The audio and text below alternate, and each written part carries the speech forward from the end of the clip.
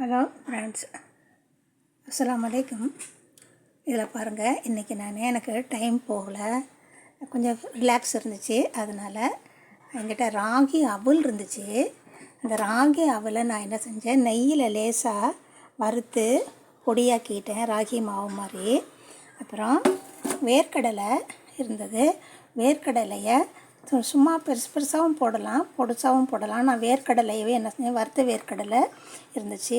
அதை நான் மிக்சியில் பவுட்ரு ஆக்கிக்கிட்டேன். ஏன்டா அது பல்லில் மாட்டுது, சொத்த பல் இருக்கிறதுனால சிரமமாக இருக்குண்டு. அதோட எள்ளையும் நெய்யில் வறுத்துக்கிட்டேன், ராகியும் நெய்யில் வறுத்துக்கிட்டேன். ஏலக்காய் பாருங்கள், ஏலக்காய் தட்டி வச்சுக்கிட்டேன். இன்னும் கூட ஏலக்காய் வேண்டாம் போடலாம். வெல்லம், ஆட்டு வெல்லம், உருண்டை வெல்லம் இருக்குல்ல, அந்த உருண்டை வெல்லமும் ஏற்கனவே என்கிட்ட இருந்துச்சு, வச்சுருந்தேன். அது ரொம்ப நாளாக இருக்குது, அதையும் காலி பண்ணணுன்ட்டு யோசனை வந்துச்சு. அதனால் ஒரு சத்தானது செய்வோண்டு இப்போ நான் செஞ்சிட்ருக்கிறேன். பாருங்க, அடுப்பில் கிட்ட கொண்டு போகக்கூடாது. அடுப்பில் தண்ணி வச்சுருக்கேன். இந்த தண்ணியில் என்ன செய்ய போகிறேன், இந்த தண்ணியில் கொஞ்சத்தை நம்ம எடுத்துடலாம். எடுத்து எதுக்காச்சும் வச்சுட்டு கூட அப்புறமா கூட நம்ம கலந்துக்கலாம். கரெக்டாக இருக்குன்னு தான் நினைக்கிறேன் நான். அதனால் என்ன செய்கிறேன், நான் இதில் இந்த வெல்லத்தை போட்டேன். வெல்லமும் தண்ணி கூட தான் செய்யும். எல்லா வெல்லத்தையும் இதில் நான் போட்டுட்டேன். இந்த வெல்லம் கொதிக்கணும். ரொம்ப ஈஸி, ரொம்ப சத்து, ரொம்ப ஈஸி, ரொம்ப சத்து. இது நல்லா இந்த வெல்லம் கரைஞ்சா போகிறோம், வேறு ஒன்றும் தேவையில்லை.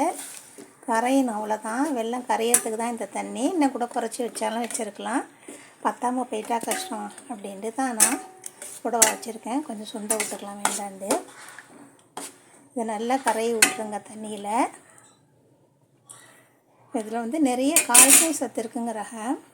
நம்ம பிள்ளைங்களுக்கு ராகி களி அதெல்லாம் கொடுத்தா சாப்பிட்றதுக்கு யோசனை பண்ணுவாங்க. இந்த மாதிரி நீங்கள் ஸ்வீட்டாக செஞ்சு கொடுத்தீங்கன்னா பிரியமாக சாப்பிடுவாங்க. உடம்புக்கும் சத்து. ராகியும் நம்ம பழையபடிக்கு நம்ம யூஸ் பண்ணலாம். நம்ம வீட்டில் இருக்க பெரியவங்களுக்கும் சுகர் பேஷண்ட்காரர்களுக்கும் இந்த மாதிரி வெல்லம், பனங்கருப்பட்டையெல்லாம் யூஸ் பண்ணால் சாப்பிடலாம், அவங்களும் சாப்பிடலாம். ஆனால் வேர்க்கடலை சாப்பிட பிரியப்பட்டாக வேர்க்கடலை சாப்பிட்டாலும் இல்லாட்டி பாதாம் பருப்பு போட்டுக்கலாம். எனக்கு வேர்க்கடலை தான் பக்கத்தில் கிடச்சிது, எனக்கு அதுதான் வசதியாக இருந்துச்சு. அப்போதைக்கு அதை தான் எடுத்து போட்டிருக்கிறேன். இதில் நம்ம என்ன செய்யணும், இந்த ஏலக்காயை நம்ம போட்டுடணும். வேறு ஒன்றுமே இல்லை. இந்த ஏலக்காயை போட்டு வெல்லம் கரைஞ்ச பிறகு நல்லா வெல்லம் கரையணும், கட்டி இல்லாமல். வெல்லம் நல்லா கரைஞ்சிருச்சின்னு சொன்னால் நம்ம அந்த ராகி மாவு அரைச்சி வச்சுருக்கோமில்ல, இந்த ராகி மாவை எடுத்து போட்டு கிண்ட வேண்டியதுதான்.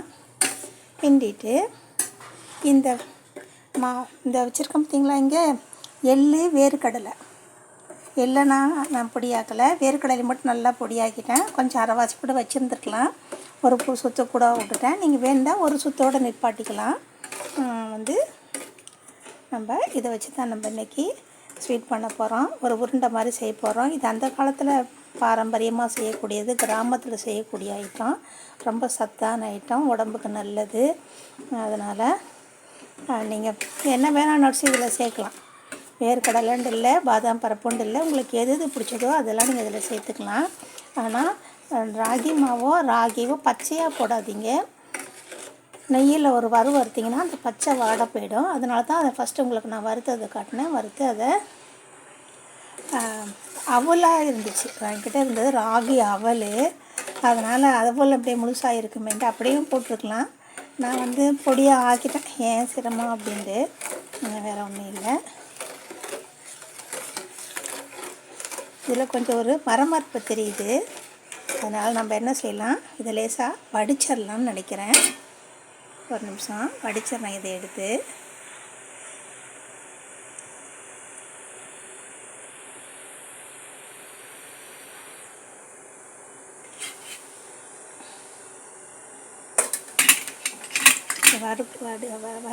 வடிக்கிறதுக்கு நம்ம அப்படியே தூக்கி அந்த பாத்திரத்திலே கொட்டிடலாம்.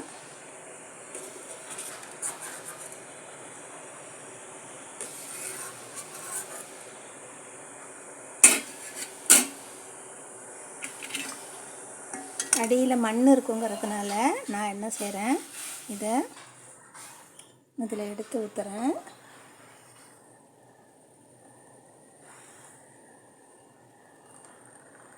பார்ப்போம் அடியில் மண் இருக்காண்டு.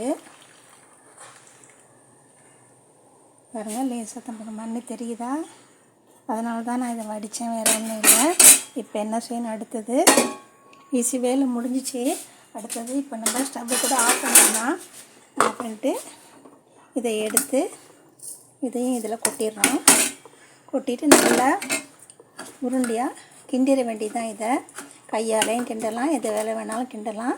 கிண்டி நம்ம உருண்டையாக பிடிச்சிட வேண்டியதுதான் ஃப்ரெண்ட்ஸ். இது ரொம்ப ஈஸி, நம்ம சாப்பிட்றதுக்கு நல்லாயிருக்கும். சாப்பிட்டு பார்க்கலாம் வாங்க, செஞ்சு சொல்கிறேன்.